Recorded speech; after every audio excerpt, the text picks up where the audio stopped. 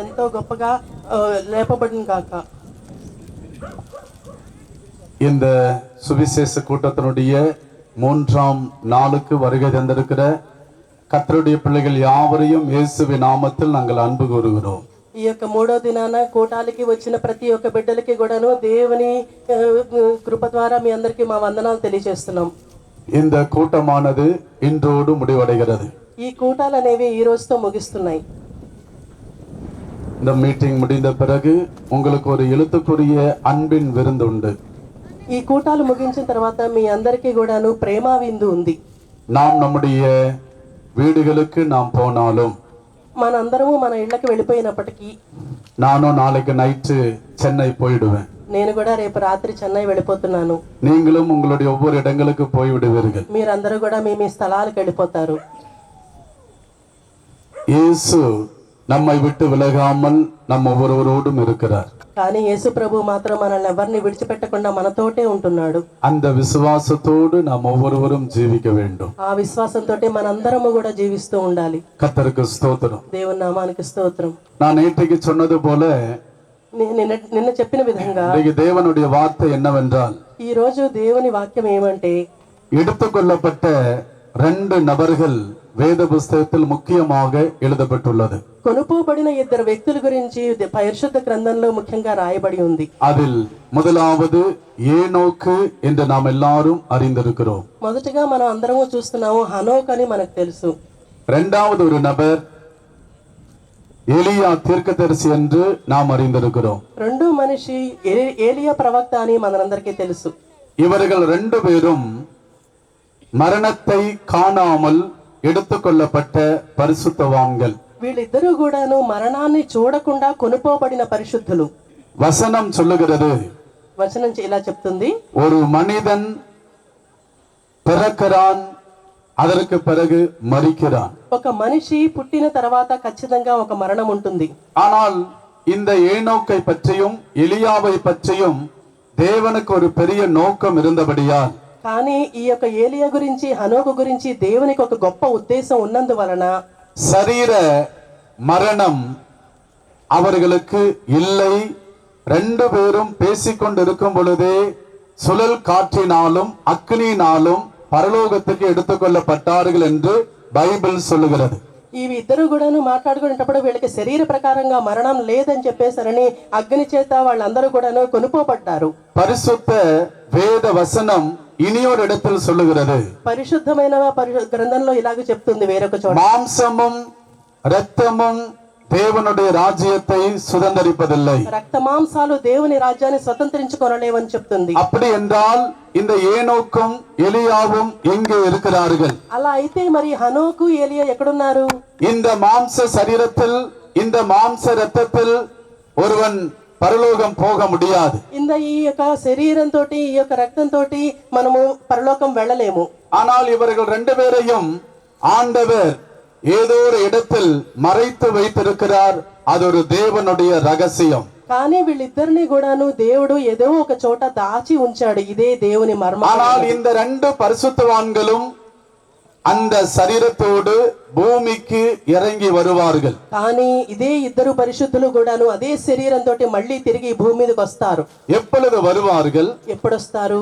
இந்த சபை, இயேசு கிறிஸ்துவின் சரீரம் என்று அழைக்கப்படுகிற அவருடைய சபை, ఈ యొక్క సంఘము యేసుక్రీస్తు చేత కొనుపబడిన సంఘము இந்த பூமியிலிருந்து எடுத்துக்கொள்ளப்பட்ட பிறகு, ఈ యొక్క భూమి మీద నుంచి అది కొనుపోబడిన తర్వాత இந்த உலகம் பெரிய ஒரு உபத்திரவத்துக்குள்ளாக கடந்து போகும். ఈ యొక్క లోకం మహా ఉపద్రవాలతోటి అది నిండిపోయి ఉంటుంది. அந்த உபத்திரவத்தை பரிசுத்த வேதாகமம் 7 வருடம் என்று குறிப்பிட்டிருக்கிறது. ఆ యొక్క మహా ఉపద్రవం అనేది 7 సంవత్సరాలు ఉంటుందని చెప్పని, அந்த 7 வருடத்தை முதல் 3.5 வருடங்கள் கைவிடப்பட்ட கிறிஸ்தவர்கள் சபைக்கு, కానీ మొదట 3.5 సంవత్సరాలు కూడా ఎవరైతే చేయి విడవబడ్డారో వాళ్ళందరూ క్రైస్తవుల గురించి చెప్తోంది. இரண்டாவது 3.5 வருடங்கள் அது மகா உபத்திரவம் என்று பெயர்.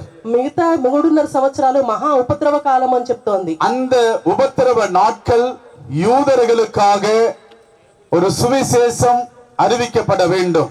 ఆ యొక్క మిగతా 3.5 సంవత్సరాలు యూదుల కోసం అని చెప్పేసి ఒక సువార్త చెప్పబడుతుంది. இன்றைக்கு யூதர்கள் எருசலேமிலும் இருக்கிறார்கள், பாரத தேசத்திலும் இருக்கிறார்கள். ఈ యొక్క యూదులను చూసినట్లయితే మనం యెరూషలేములో కూడా ఉంటున్నారు, వాళ్ళు భారతదేశంలో కూడా ఉన్నారు. தங்களுடைய சொந்த தேசங்களுக்கு இப்பொழுது அவர்கள் பயணப்பட்டு இஸ்ரேல் தேசத்துக்கு போய் குடியேறுகிறார்கள். ఇప్పుడైతే మనం చూస్తే కనుక వాళ్ళందరూ కూడా వాళ్ళ సొంత దేశమైన ఇశ్రాయేలుకి వాళ్ళు వెళ్ళడానికి ఆరంభించారు. அந்த தேச ஜனங்கள் ஒரு காலத்தில் அடிமைகளாய் இருந்தார்கள். ఆ యొక్క దేశ జనాలు ఒక కాలంలో చూసినట్టయితే బానిసలుగా ఉన్నారు. கர்த்தர் அவர்களுக்கு 1948 ஆண்டு சுதந்திரத்தை ஆண்டவர் கொடுத்தார். 1948 సంవత్సరంలో దేవుడు వాళ్ళందరికీ స్వతంత్రాన్ని ఇచ్చాడు. மே மாதம் 14ஆம் தேதியிலே இஸ்ரேல் தேசம் என்று அழைக்கப்பட்டது. మే 14వ తేదీన దేవుడు ఆ యొక్క ఇజ్రాయెల్ జనాన్ని స్వతంత్రించబడ్డాడు. அந்த நாள் தொடங்கி இந்த நிமிஷம் வரைக்கும் இஸ்ரவேல் தேசத்தை ஆண்டவர் ஆசீர்வதித்துக் கொண்டு இருக்கிறார். ఆ రోజు నుంచి ఈ రోజు వరకు కూడా దేవుడు ఇశ్రాయేల్ జనాల్ని ఇశ్రాయేలుని కూడా ఆశీర్వదిస్తూనే వచ్చాడు. தேவன் ஜீவிக்கிறார் என்பதற்கு ஒரு அடையாளம் யூதர்கள். దేవుడు జీవిస్తున్నాడు, ఇప్పటికీ జీవించే ఉన్నాడు అని చెప్పడానికి యూదులే సాక్ష్యం. கர்த்தருக்கு ஸ்தோத்திரம். దేవుని నామానికి இந்த స్తోత్రం. யூதர்களை அழிக்கும்படியாக இன்னைக்கு எத்தனையோ நாடுகள் பிரயாசப்படுகிறது. ఈ యొక్క యూదులందరినీ కూడా నశింప చేయడానికి ఎంతో మంది ప్రయాసపడుతున్నారు. அழிப்பேன் என்று எழும்பி வந்த சத்துருக்கள் அழிந்து போனார்கள். ఎవరైతే వాళ్ళని నాశనం చేయాలనుకుంటున్నారో వాళ్ళనే దేవుడు నాశనం చేస్తున్నాడు. நம்முடைய இயேசு சத்துருவுக்கு சத்துருவாக எழும்புகிறவர். మన యొక్క యేసు ప్రభు శత్రువుకి శత్రువుగా నిలబడుతున్నాడు. கர்த்தருக்கு மகிமை உண்டாகட்டும். దేవుని నామానికి మహిమ కలుగును గాక. ஆகையினால் అందువలన இந்த யூதர்களுக்கு உதவியாக, ఇప్పుడు ఈ యూదుల కోసం సహాయం కోసం, யூதர்களை ரட்சிக்கும்படியாக యూదులను రక్షించడం కోసం 1,44,000 பேர் 12 கோத்திரத்தராக பிரித்தெடுக்கும்படியாக 1,44,000 మంది 12 గోత్రాలుగా విభజింపబడి இந்த ஏனோக்கும் எலியாவும் இந்த பூமிக்கு இதே மாம்ச சரீரத்தில் எடுத்துக்கொள்ளப்பட்டார்கள் இல்லையா? அந்த சரீரத்தோடு இறங்கி வருவார்கள். ఏ శరీరంతో అయితే హనోకు ఏలియా వీళ్ళిద్దరూ కూడా కొనుపబడ్డారో అదే శరీరంతో వాళ్ళందరూ తిరిగి రాబోతున్నారు. அவர்கள் பறந்து பறந்து மகா உபத்திரவ காலத்தில் ஊழியம் செய்வார்கள். వాళ్ళు చాలా పరిగెత్తుతూ ఆ మహా ఉపద్రవ కాలంలో వాళ్ళు సేవ చేస్తారు. அந்த நாட்களில் ஆன்டி கிரைஸ்ட் சத்துரு 2 பேரையும் கொன்று போடுவான். ఆ రోజులలో చూస్తే వాళ్ళిద్దరిని కూడాను అంత్యక్రీస్తు చంపేస్తాడు. ஏனோக்குடைய சரீரமும் எலியாவுடைய சரீரமும் வீதியில் எருசலேம் வீதியிலே 3 நாள் சரீரம் அங்கே காணப்படும். హనోకు శరీరము ఏలి యొక్క శరీరము వాళ్ళ యొక్క శరీరాలు యెరూషలేము వీధులలో అవి పడి ఉంటాయి 3 రోజులు. அன்றைக்கு இருக்கிற ஜனங்கள் எல்லோரும் அதை டிவியிலையும் நம்முடைய கையில் இருக்கிறதான செல்போனிலும் பார்ப்பார்கள். ఆ రోజుల్లో ఎవరెవరైతే ఇంకా మిగిలి ఉంటారో వాళ్ళందరూ కూడా సెల్ ఫోన్లలో టీవీలో ఇవన్నీ కూడా చూస్తూ ఉంటారు. 3ஆம் நாள் 3వ రోజు பரலோகத்திலிருந்து பரிசுத்த ஆவியானவர் இறங்கி வருவார். పరలోకం నుండి పరిశుద్ధాత్మ దేవుడు దిగి వస్తాడు. ஏனோக்குடைய சரீரத்துக்குள்ளும் எலியாவுடைய சரீரத்துக்குள்ளும் தேவனுடைய ஆவி உள்ளே வரும். అనోకు శరీరంలోను ఏలియా యొక్క శరీరంలోను పరిశుద్ధాత్మ వస్తుంది. அங்கே இருந்து அவர்கள் நித்திய ராஜ்யத்துக்காக, பரலோக ராஜ்யத்துக்காக அவர்கள் உயிரோடு எழும்புவார்கள். ఆ రోజున వాళ్ళందరూ పరలోక రాజ్య నిమిత్తం తిరిగి మళ్ళీ వాళ్ళిద్దరూ కూడాను జీవింపబడతారు. இதுதான் வசனம் நமக்கு சத்தியமாக போதிக்கிறது. ఇది ఈ వచనము మనకి సత్యంగా చెప్పుచున్నది. கர்த்தருக்கு ஸ்தோத்திரம். దేవుని నామానికి స్తోత్రం. அப்ப இன்றைக்கு நாம் ஏனோக்கை பற்றி சில காரியங்கள் படிப்போம். அது எனக்கும் அவசியம், உங்களுக்கும் அவசியம். ఇప్పుడు మనము హనోకు గురించి కొన్ని కార్యాలను చూద్దాము. అది నాకు చాలా అవసరం, మీ అందరికీ కూడా చాలా అవసరం. ஏனோக்குடைய ஆசீர்வாதம் வேண்டும் என்று சொல்லுகிறவர்கள் சத்தமாக ஒரு அல்லேலூயா சொல்லுங்க. హనోకు ఆశీర్వాదాలు నాకు కావాలి అనే వాళ్ళందరూ చక్కగా పెద్దగా హల్లెలూయా చెప్పండి. சரி, முதலாவது பிரதர்ஸ்க்கு ஒரு சான்ஸ் தரேன். அல்லேலூயா சொல்லுங்க. మొదట బ్రదర్స్ కి ఒక ఛాన్స్ ఇస్తున్నా, గట్టిగా హల్లెలూయా చెప్పండి.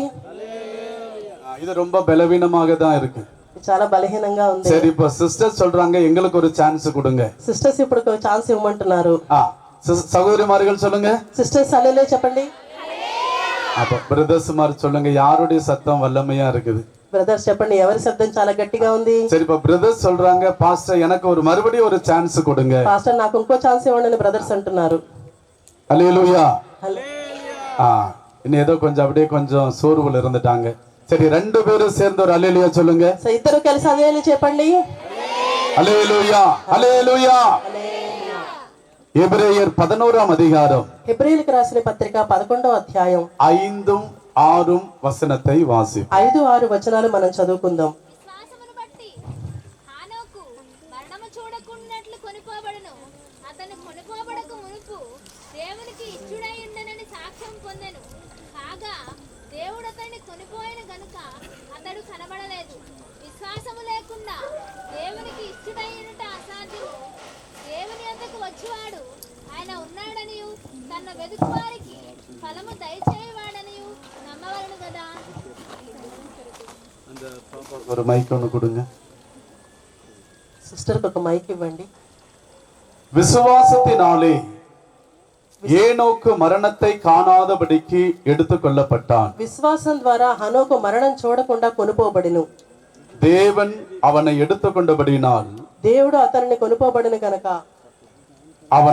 அவன் தேவனுக்கு பிரியமானவன் என்று சாட்சியம் பெற்றான். దేవుడు అతన్ని తీసుకెళ్లిపోయాడు కనుక దేవునికి ఇష్టడై ఉన్నాడు అని చెప్పేసి సాక్ష్యం அப்படி పొందాడు. தேவன் சொல்லிவிட்டு 6ஆம் வசனத்தில் சொல்லுகிறார், விசுவாசம் இல்லாமல் தேவனுக்கு பிரியமாய் இருப்பது கூடாத காரியம். అలాగ దేవుడు చెప్పి తర్వాత 6వ వచనంలో చెప్తున్నాడు, విశ్వాసం లేకుండా దేవునికి ఇష్టడై ఉండట అసాధ్యము. கர்த்தருக்கு ஸ்தோத்திரம். దేవుని నామానికి స్తోత్రం. இந்த ஏனோக்கை பற்றி வேத புஸ்தகத்தில் 3 இடங்களில் மாத்திரம் எழுதப்பட்டுள்ளது. ఈ యొక్క పవిత్ర గ్రంథంలో మనం చూస్తే హనోకు గురించి 3 సార్లు 3 చోట్ల మాత్రమే రాసింది. முதலாவது எபிரேயர் 11ஆம் அதிகாரத்திலும், మొదట చూస్తే మనం హెబ్రీయులకు రాసిన పత్రిక 11వ అధ్యాయంలో, இரண்டாவது ஆதியாகமம் 5ஆம் அதிகாரத்திலும், రెండో చోట్ల చూస్తే ఆదికాండము 5వ అధ్యాయము, மூன்றாவது யூதாவின் புஸ்தகத்திலும் ஏனோக் என்ற வார்த்தையை நாம் பார்க்கலாம். మూడోది మనం చూసినట్లయితే యూదా పుస్తకంలో కూడా హనోకు గురించి మనం చూస్తున్నాం. கர்த்தருக்கு ஸ்தோத்திரம். దేవుని నామానికి స్తోత్రం. இந்த ஏனோக்கு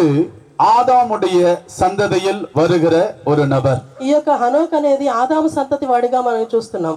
ஆதாமுக்கு ஏனோக்கு 7வது தலைமுறையாக இருக்கிறார். ఆదాముకి మనం చూసినట్లయితే 7వ సంతతి వాడిగా కనిపిస్తున్నాడు. இந்த ஏனோக்கை புதிய ஏற்பாட்டு சபையிலே காணப்படுகிற అభిషేకం பண்ணப்பட்ட విశ్వాసిகளுக்கு అడయాళం. ఈ యొక్క హనోకుని మనం చూసినట్లయితే ఆత్మీయ జీవితంలో కొత్త నిబంధన ప్రకారము ఎవరైతే ఒక విశ్వాసులుగా ఉన్నారో వాళ్ళని ఇది సాదృశ్యంగా చూస్తున్నాం. ஏனோக்கு ஒரு விசுவாசிக்கு அடையாளமாக இருக்கிறார். హనోక్ అనే అతను ఒక విశ్వాసికి అతను ఒక గుర్తుగా ఉన్నాడు. எலியா தீர்க்கதரிசி ஒரு கர்த்தரால் அபிஷேகம் பண்ணப்பட்ட கர்த்தருடைய ஊழியக்காரனுக்கு அடையாளமாக இருக்கிறார். ఏలియా అని చెప్తే ఏలియా అతనైతే కనుక పరిశుద్ధ దేవుని చేత అభిషేకింపబడిన ఒక సేవకుడిగా మనం చూస్తున్నాం. அவருடைய சபையில் 2 கூட்டத்தார் காணப்படுகிறார்கள். ఆయన సంఘంలో ఈ 2 కూటాల జనాలను మనం చూడగలం. ஊழியக்காரரும் சபையிலே இருக்கிறார்கள், విశ్వాసిகளும் அவருடைய சபையிலே இருக்கிறார்கள். సేవకులు అక్కడ ఉన్నారు, అట్లాగే విశ్వాసులు కూడా ఆయన సంఘంలో ఉన్నారు. நீங்கள் సభயை పற்றி ఉన్నత పాఠ 6ஆம் அதிகாரத்தை நாம் படிக்கும் பொழுது, మన సంఘం గురించి ద్వితీయోపదేశకాండం 6వ అధ్యాయంలో చూసినప్పుడు తిరిగి వా సూలమతియే, తిరిగిరా పరమగీతంలో మనం చూసినట్టయితే తిరిగిరా సోలమతి, நான் உன்னை பார்க்க வேண்டும், తిరిగి వా సూలమతియే, నేను నిన్ను చూడాలి సోలమతి, నువ్వు తిరిగిరా అని దేవుడు చెప్తున్నాడు. సూలమతియే, నీ 2 సేనలకు సమానமாக நீ காணப்படுகிறாய். సోలమతి, నువ్వు 2 సైన్యములకి నువ్వు గుర్తుగా కనబడుతున్నావు. இயேசுவின் ரகசிய வருகையில் இழுத்துக்கொள்ளப்பட வேண்டுமானால் நீ ஒரு 2 சேனைக்கு సమానமாக நீ காணப்படுகிறாய். యేసుక్రీస్తు యొక్క రాకడలో మనం కొనుకోబడాలంటే మనం యొక్క 2 సైన్యాలకి కూడాను గుర్తుగా కనబడాలి. கர்த்தருக்கு ஸ்தோத்திரம். దేవుని నామానికి స్తోత్రం. வேத புஸ்தகத்தில் நீங்கள் ஆழமாக படித்தால், పరిశుద్ధ గ్రంథాన్ని మనం లోతుగా చదివినట్లయితే ஏனோக்கு எடுத்துக்கொள்ளப்பட்டது போல హనోకు ఎలాగైతే కొనుకోబడ్డాడో 57 ஏசாயா 57ஆம் அதிகாரம் 1ஆம் வசனத்தை வாசிக்கும் பொழுது, యెషయా గ్రంథము 57వ అధ్యాయము మొదటి వచనం మనం చూసినప్పుడు அங்கே தேவனுடைய வார்த்தை என்ன சொல்லுகிறது? అక్కడ దేవుని వాక్యం ఏం చెప్తోంది? நீதிமான் மடிந்து போகிறான், నీతిమంతులను నశించిపోతున్నారు, புத்திமான்கள் எடுத்துக்கொள்ளப்படுகிறார்கள், బుద్ధిమంతులందరూ కూడా కొనుకోబడుతున్నారు, நீதிமான்களும் எடுத்துக்கொள்ளப்படுகிறார்கள், నీతిమంతులందరూ కూడా కొనుకోబడుతున్నారు. இதை யாரும் மனதில் சிந்திப்பதில்லை, ఇది ఎవరు కూడాను పట్టించుకోవట్లేదు, இதை யாரும் உணர்வதும் இல்லை. ఇది ఎవరు కూడాను గ్రహించుకోవట్లేదు. தேவன் வருத்தத்தோடு அந்த அதிகாரத்தை ஆரம்பிக்கிறார். ఈ దేవుడు ఈ యొక్క కార్యాన్ని ఎంతో శ్రద్ధతోటి చేస్తున్నాడు. கர்த்தருடைய பிள்ளையே, ஒரு நாளைக்கு 1,44,000 பேர் இந்த பூமியை விட்டு மரித்து நித்திய நரகத்துக்கு போய் கொண்டிருக்கிறார். போகிறார்கள். దేవుని బిడ్డలారా మనం చూస్తే ఒక రోజుకి 144,000 మంది మరణించి వెళ్ళిపోతున్నాడు. தேவனை அறியாத மனிதர்கள் 1,44,000 பேர் மரிக்கிறார்கள். దేవుని తెలియని వ్యక్తులు 144,000 మంది అందరూ చనిపోతున్నారు. நானும் நீங்களும் அழிந்து போகிற ஆத்துமாக்களுக்காக அதிகமாக ஜெபிக்க வேண்டும். మీరు నేను కూడాను మనందరము ఈ నశించిపోతున్న ఆత్మల కోసం భారంగా ప్రార్థన చేయాలి. தேவன் நம்மை ஏன் ஜீவனோடு வைத்திருக்கிறார்? ఎందుకు దేవుడు మనల్ని జీవంతో ఉంచాడు? ஏதோ புசித்து குடித்து நாம் பூமியிலே சந்தோஷமாக வாழும்படி அல்ல. ఏదో మనం తిని తాగి ఈ యొక్క లోకంలో సంతోషంగా ఉండడం కోసం దేవుడు நீதிமான்களை ஆண்டவர் எடுத்துக்கொண்டே இருக்கிறார். నీతిమంతుల్ని దేవుడు తన హక్కును చేర్చుకుంటున్నాడు. பரிசுத்தவான்களை அவருடைய ராஜ்யத்துக்கு சேர்த்து கொண்டே இருக்கிறார். పరిశుద్ధుల్ని భక్తుల్ని అందరూ కూడా దేవుడు తన రాజ్యానికి చేర్చుకుంటున్నాడు. வெகு சீக்கிரத்தில் அவருடைய சபையை ஆண்டவர் சேர்க்க போகிறார். ఆయన చాలా శీఘ్రంగా కూడా ఆయన సంఘాన్ని ఆయన తీసుకోబోతున్నాడు. அந்த நாள் வரைக்கும் இந்த உலகத்தில் நமக்கு ஒரு ஊழியம் உண்டு. అప్పటి వరకు కూడాను మనకి ఈ లోకంలో సేవ ఉంది. இயேசு உன்னிடத்தில் ஒரு கேள்வி கேட்பார். యేసు ప్రభువు నీతో నిన్ను ఒక ప్రశ్న అడుగుతున్నాడు. உனக்கு ஜீவனையும் ஆயுசு நாட்களையும் கொடுத்தேன். నేను నీకు జీవాన్ని ఆయుష్ని ఇంకా పొడిగించి எனக்காக நீ என்ன செய்தாய்? నా కోసం నువ్వేం చేశావు? நாம சொல்வதற்கு பதில் இருக்க வேண்டும். మనం అడిగితే మనం ప్రశ్న సమాధానం ఇచ్చేలా ఉండాలి. குடும்பம் என்றால் కుటుంబం అంటే பிள்ளைகள் இருப்பார்கள், పిల్లలు ఉంటారు, பெற்றோர்கள் இருப்பார்கள். పెద్దవాళ్ళు ఉంటారు. நாம் குடும்பத்துக்காக அநேகம் காரியங்கள் செய்வது அவசியம்தான். కుటుంబం కోసం మనం ఎన్నో కార్యాలు చేయవలసి ஆனால் இயேசுவுக்காக நாம் என்ன செய்திருக்கிறோம்? కానీ యేసుక్రీస్తు కోసం మనం ఏం చేస్తున్నాం? அந்த கேள்வி கேட்பதற்கு உங்களிடத்தில் பதில் இருக்க வேண்டும். అలాగే కనుక దేవుడు మనల్ని ప్రశ్నిస్తే మనకి సమాధానం ఉండాలి. ஏனோக்கை போல நான் ஜீவித்தேன், హనోకు లాగా నేను జీవించాను, ஆபிரகாமை போல நான் ஜீவித்தேன், అబ్రహాము లాగా నేను జీవించాను, மோசேயை போல நான் அநேக ஜனங்களுக்கு ஆண்டவருடைய வார்த்தையை சொன்னேன். మోషే లాగా నేను అనేక జనాంగానికి దేవుని వార్తల గురించి చెప్పాను. சமயம் கிடைத்தாலும் கிடைக்காவிட்டாலும் இயேசுவின் வார்த்தையை మనిదరులకు சொல்லத்தான் வேண்டும். సమయం దొరికినప్పటికీ దొరకకపోయినా సరే మనము దేవుని వార్త గురు సువార్త గురించి చెప్తూనే ఉండాలి. జనాలకు మహిమ ఉండాగట్టు. దేవుని నామానికి మహిమ కలుగును. ஏனோக்கு எடுத்துக்கொள்ளப்பட்டான், హనోకు కొనుపోబడెను. இனி 2 ராஜாக்கள் 2ஆம் அதிகாரம் 10ஆம் வசனத்தை வாசிக்கும் பொழுது 2 రాజులు 2వ అధ్యాయం 10వ వచనం మనం చూసినప్పుడు கர்த்தருடைய ஊழியக்காரன் எலியாவை பற்றி அங்க ஒரு காரியத்தை நாம் பார்க்கிறோம். దేవుని సేవకుడైన ఎలియా గురించి మనం చూస్తున్నాము. எலியாவின் மேல் மிகவும் ஆசையாய் அன்பாய் இருந்தவர்தான் எலிசா. ఏలియా మీద ఎంతో ఆసక్తితో ప్రేమతో ఉన్నవాడు ఎలీషా. எலியா செய்த அற்புதங்களை கண்ணார கண்டவன் எலிசா.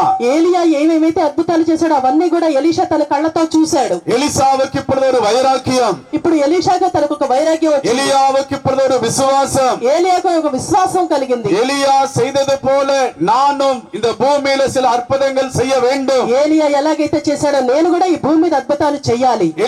எலியாவுக்குள் இருக்கிற அந்த அற்புதத்தின் வரத்தை நான் பெற்றுக்கொள்ள வேண்டும். ఏలియా ఏదైతే అద్భుతాలు పెట్టుకున్నాడో నేను కూడా అలాంటి అద్భుతాలు పొందుకోవాలి. எலியா போகிற இடமெல்லாம் பின்பற்றி எலிசா போய்கொண்டே இருக்கிறான். ఏలియా ఏ చోట్లకు వెళ్ళాడో ఎలీషా కూడా అదే చోట్లకన్నిటికీ వెళ్ళాడు. 10ஆம் వచనத்தை వాసిக்கும் பொழுது 10వ వచనాన్ని మనం చూసినప్పుడు எலிசா தேவனுடைய மனுஷனிடத்தில் பேசுகிறான்.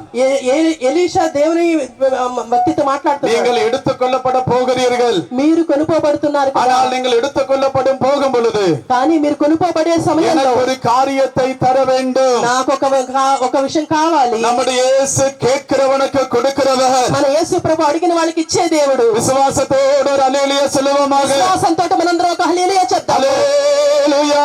హల్లెలూయా. இது ஜீவன் இல்லாத ஒரு அல்லேலூயா. ఇది జీవన్ లేని హల్లెలూయా లాగా ఉంది. ஜீவன் உள்ள ஒரு அல்லேலூயா சொல்லுங்க. జీవం గల హల్లెలూయా చెప్పండి. அல்லேலூயா. எலிசா கேட்டது போல நீங்க இப்ப ஆண்டவரிடத்துல கேட்க போறீங்க. ఏలియా చేసినప్పుడు ఎలీషా ఎలా అయితే అడిగాడో ఇప్పుడు మన అందరం కూడా దేవుడితో అడగాలి. அவன் கேட்டான், ఆయన అడిగాడు. எலியா சொன்னார், ఏలియా చెప్పాడు, எலிசா ఎలీషా நீ கேட்டது அரிதான காரியம். నువ్వు అడిగింది చాలా గొప్ప విషయం. గొప్ప విషయం కాదు, అதாவது அரிதான, அதாவது ஒரு அற்பமான சின்ன காரியத்தை చాలా கேட்டாய். అల్పమైన విషయాన్ని అడిగావు. சரி, நான் அது உனக்கு தர்றேன். నేను దాన్ని మీకు ఇస్తున్నాను. நான் எடுத்துக்கொள்ளப்படும் அந்த நேரத்தில் நீ என்னை கண்டால், నేను కనుక కొనుపోబడే సమయంలో నువ్వు నన్ను చూసినట్లయితే நீ கேட்டது உனக்கு கிடைக்கும். నేను కొనుపోబడేటప్పుడు నువ్వు నన్ను చూసినట్లయితే నువ్వు ఏది అడిగావో అది నీకు దక్కుతుంది. நீ என்னை காணாவிட்டால், నువ్వు ఒకవేళ నన్ను చూడలేదనుకో அது உனக்கு கிடைக்காது. అది నీకు దొక్కదు. கர்த்தருடைய பிள்ளைகள் சத்தமா படிங்க அந்த வசனத்தை. 10వ వచనాన్ని కొంచెం గట్టిగా చదవండి. నీవు అడిగినది కష్టతరముగా ఉన్నది, అయితే నీ యొద్ద నుండి తీయబడినప్పుడు నేను నీకు కనబడిన ఎడల ఆ ప్రకారము నీకు లభించును, కనబడని ఎడల అది కాకపోవునని చెప్పెను. ஒரு நிமிடம் கண்களை மூடுங்க. మనందరం కళ్ళు మూద్దాం. அந்த எலிசாவின் தேவன் தான் உங்களுடைய தேவனாக இருக்கிறார். ఎలీషా దేవుడే మన దేవుడై ఉన్నాడు. இந்த சுவிசேஷத்துக்கு கதை கேட்கும்படி வரல. ఈ యొక్క సువార్తలకి మనం ఏదో కథలు వినడానికి రాలేదు. நீங்கள் பாரத்தோடு இருக்கிறீர்கள். మీరు ఎంతో భారంతో ఉన్నారు. சில தேவைகளோடு இருக்கிறீர்கள். ఎన్నో అవసరాలతో వచ్చారు. எலிசா கேட்டது போல நீங்கள் இப்பொழுது கேட்க போகிறீர்கள். ఎలీషా ఎలాగైతే అడిగాడో మనం కూడా ఇప్పుడు అలాగే దేవుణ్ణి అడగబోతున్నాము. விசுவாசம் உன்னை ரட்சிக்கட்டும். విశ్వాసమే నిన్ను రక్షిస్తుంది. கண்களை மூடுங்கள். అందరూ కళ్ళు మూసుకోండి. ஒரு நிமிடம் ఒక్క నిమిషం பரலோகத்தை நோக்கி பாருங்க. పరలోకాన్ని మీరు కన్ను சிறியோர் பெரியோர் எல்லாரும் கண்களை மூடுங்கள். అందరూ కూడా పరలోకం వైపు మీ కన్నులెత్తి చూడండి. விசுவாசத்தோடு பரலோகத்தை நோக்கி பாருங்கள். విశ్వాసంతో మీ యొక్క కన్నులెత్తి చూడండి. நீ ஒருவேளை உன்னுடைய காரியத்தை பெரிதாக நினைத்துக் கொண்டிருக்கலாம். ఒకవేళ నువ్వు అడిగే కార్యం చాలా పెద్దదిగా నీకు కనిపిస్తోందేమో. எலிசா சொல்லுகிறார், ఎలీషా చెప్తున్నాడు, மகனே நீ கேட்கிற காரியம் அற்பமான காரியம். నువ్వు అడిగినది కష్టతరముగా ఉన్నదని ఏలియా చెప్తున్నాడు. நீ என்னை கண்டால் உனக்கு தருவேன். నువ్వు నన్ను చూస్తే నేను ఖచ్చితంగా ఇస్తాను. இயேசுவை காணக்கூடிய கண்கள் உங்களுக்கு இருக்கிறதா? యేసు ప్రభువును చూసే కన్నులు మీకున్నాయా? பரலோகத்தை நோக்கி பாருங்கள். పరలోకాన్ని చూడండి. நம்மத்திலே ஜீவனுள்ள தேவன் உலவை கொண்டிருக்கிறார். మన మధ్యలో జీవం గల దేవుడు సంచరించుచున్నాడు. நன்மை செய்த தேவன் நம்மத்திலே நடமாடி கொண்டிருக்கிறார். దేవుడు చేసే దేవుడు మన మధ్యలో సంచరించుచున్నాడు. உன்னுடைய தேவைகளை இயேசுவிடத்தில் விசுவாசத்தோடு சொல்லுவாயாக. మీరు ఏ విషయాలైతే ఉన్నాయో అవన్నీ కూడా దేవుడి సన్నిధిలో అడగండి. ఇప్పుడు உன் விசுவாசத்தின்படி உனக்கு கிடைக்கும். మీకు ఏ విశ్వాసం ద్వారా మీకు అన్ని జరుగుతాయి. வாஞ்சைகளை ஆண்டவர் நிறைவேற்றுவாராக. కోరికలన్నీ కూడా దేవుడు నెరవేరుస్తాడు. ஷபல ரக்கதுரபல சந்துடமனாயிடபக்கதுரமானியா. வாய்களை திறந்து இயேசுவிடத்தில் கேளுங்கள். నోరు తెరిచి దేవుని సన్నిధిలో మీరు అడగండి మీకు ఏ అవసరాలు ఉన్నాయో. பிசாசு இந்த நேரத்தில் உங்களை மனதை சிதறடிப்பான். సాతాను ఈ యొక్క సమయంలో ఈ యొక్క మీ మనసులను நம்முடைய வாய்களை கட்டுவான். మన యొక్క నోటిని కట్టేస్తుంది. பிசாசுக்கு எதிர்த்து நில்லுங்கள். సాతాన్ని ఎదిరించండి. இயேசுவின் நாமத்தில் எதிர்த்து நில்லுங்கள். యేసుక్రీస్తు నామములో ఎదిరించి నిలబడండి. அவர்களையும் இவர்களையும் பார்க்காதீர்கள். వాళ్ళని వెడని మీరు చూడొద్దు. எலிசா விசுவாசத்தோடு கேட்டான். ఎలీషా విశ్వాసంతో అడిగాడు. எலியா உடனே கொடுத்து விட்டார். వెంటనే ఏలియా అది దయచేసి எலியா பரலோகத்துக்கு எடுத்துக் கொள்ளப்பட போகிறார். ఏలియా పరలోకానికి కొనుక్కోబడుతున్నాడు.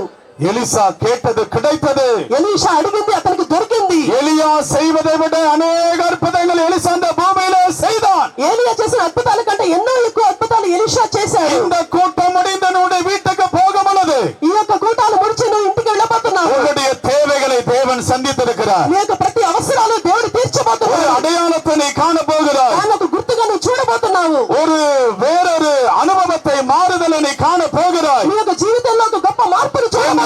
எனக்கு அற்புதத்தை செய்திருக்கிறார். దేవుడు నా జీవితంలో అద్భుతం చేశాడు. தேவனை மகிமைப்படுத்த போகிறாய். దేవుడిని మహిమపరచబోతున్నావు. விசுவாசத்தோடு கரங்களை உயர்த்தி ஆண்டவரை ஸ்தோத்திரிப்போமாக. విశ్వాసంతో కన్ను రెండు చేతులు ఎత్తి దేవుని స్తోత్రించండి. ஷபல ரக்கதுரபல இடபக்கதுரமானியா இடபலகதுரமானியா.